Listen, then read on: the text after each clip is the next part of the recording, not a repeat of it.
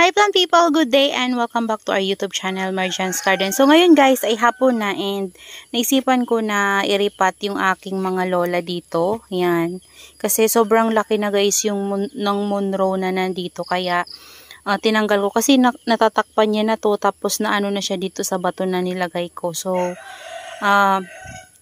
tinanggal ko kasi para mas mapalaki ko pa siya. Yan. And then dito kasi wala na talaga siyang space. So ito yung pot ng ating lola. Yan, lola yung nandito. Tapos dito yung Monroe. Ayan. Tapos yung dito guys, yung gymno na non-variegated na pinakaunang-una kong gymno ay tinanim ko na rin. Inilipat ko na rin sa pot natin dito sa gymno section natin. So ayan, nandito siya guys. Dito ko siya nilagay. Ayan, lumaki na kasi siya guys. Ayan siya.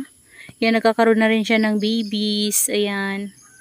Ayan, naging butchog siya guys nung nilagay ko siya doon. And then, ngayon, yung lola na tinanggal ko dito ay, eto sila. 1, 2, and 3. Ayan siya. Ayan, tatlo sila. Ayan. So, yung lola na nandito, yung tinanim natin sa pot na to ay nilipat ko na lang dito guys kasi para sama-sama na talaga sila. So, malaki kasi yung pot na to. Yan, ito yung pot ng nasa arrangement ko and nilinisan ko kasi yun yung natumba ng pusa. Yan, yun natumba siya ng pusa yung mga tanim ko ng propagation doon. So, nataob. So, ang ginawa ko, nilinisan ko na lang tapos tinanim ko sa ibang pot yung mga nasira na succulents doon. And then ito, yan, nilinisan ko. Tapos naisipan ko na nga lang na i-stack na lang siya. Kasi pwede nating pagtamna ng ating mga propagation or pwede tayong gumawa ng panibagong arrangement. Kaso lang guys, yun nga kanina, habang nagpuputput ako kasi nga may mga water sa top nila. Yan yung mga nasa gantong pot natin. May mga water sila kasi malakas yung ulan dito kanina. So, naanuhan na naman sila ng ulan, anggihan. So, ayan, naisipan ko na lang na iripat to. So, basa itong soil niya guys. Pero hindi naman gaano yung basang-basa. So, tama lang naman yung pagkabasa ng soil niya.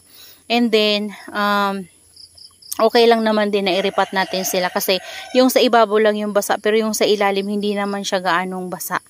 Yan. Sa ibabaw lang talaga, ayan no. Pero hindi naman sobra-sobra yung pagkabasa niya. Kaya okay lang o. Yan. Natatanggal din naman sa kamay. So, ito. Ayan. Ito na yung lola natin. And naglagay lang ako sa kanya guys ng white sand. Para mas maganda naman siyang tingnan. Mas malinis siyang tingnan. Ayan. Ayan. So, yan na yung itsura niya guys. Yan, nasa malaking pot na and sama-sama na talaga yung lola natin. So, wala na tayong lola sa ibang pot. So, gusto ko kasi guys, pag sama-samahin na lang sila para makalis tayo ng space and then maging cluster din sila tingnan, 'di ba? And tsaka yung lola, hindi mahilig sa water yung lola natin. Kaya naman, mas maganda talaga na pag sama-samahin sila para yung pagdilig sa kanila, 'di ba? Sabay-sabay na lang. And bihira ko lang din kasi guys, dinidiligan yung lola. So, 'di ba pag sama-sama sila at least okay sila, 'di ba? And nandito naman yung ating Monroe. Ayan yung kinuha natin na Monroe dito guys sa side na to. So ito na siya guys. Siya na lang yung nilagay ko dito. Yan. Dati po kasi maliit lang to. So ayan yung leaves niya before oh. Yan siya dati. Tapos bigla na lang siyang lumaki. Yan, meron pa tayo dito guys, 2 heads sa isang pot.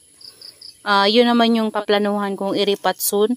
Yan, iriripat ko yung mga succulents natin na nagsisilakihan na sa mga oblong pot para palitan na lang sila guys ng panibagong succulents. So, yung mga malalaki na talaga ay gagawin ko, iriripat ko na lang para mas mapalaki ko pa sila lalo. So, mas gusto ko kasi guys yung lumalaki yung mga succulents. Mas maganda yung napapalaki natin sila. Simula sa maliit hanggang sa napalaki natin sila. Diba nakakatuwa? Ayan. So, ayan guys, yung ating na-repat galing dito. So, ayan, ito yung ating lola. Yan, yung ating lola. Oh, and dito ko sila guys ilalagay. So, medyo, hindi na ngayon, medyo, na ngayon guys, padilim na kasi guys. So, kaya hindi na kagandahan yung ating video. Ayan. So, dyan ko muna siya guys ilalagay. Tapos, ito, doon ko to ilalagay sa nalalagyan ni lola dati. Ayan, yan guys, dyan ko muna yan. Dyan ko na lang yan, kasama yung ating mga variegated gymno. And ito, dito ko siya ilalagay.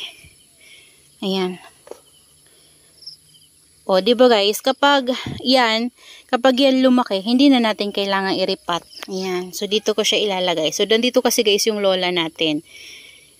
Kaya, ako din siya ilalagay. Ito yung ating polvo niya na sobrang, sobrang haba na ng stem, oh.